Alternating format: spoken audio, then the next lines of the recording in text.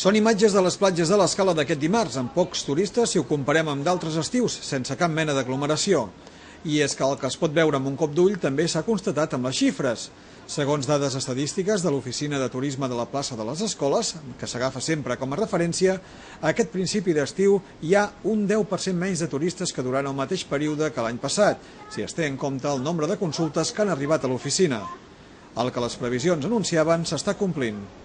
Hem observat que la primera quinzena de juliol ha baixat un 10%, les dades que tenim són les de l'oficina central, com passi l'estiu farem una valoració de totes les oficines i hem observat això, que hi ha molt d'aparcament a per tot encara i que la gent venen més els caps de setmana. A Riells, per exemple, hem notat que sí que hi ha un augment de demanar informació a l'oficina, però és que també la tenim oberta tot el dia i això suposo que també és el que ha motivat l'increment.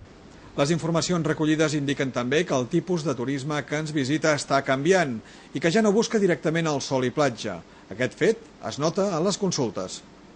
El que sí que hem notat que la gent demana molt més informació de lo que poden ser actes culturals, activitats a fer, o sigui que el turisme de sol i platja sembla que això ja saben que ho tenen i busquen alternatives per poder fer diverses activitats.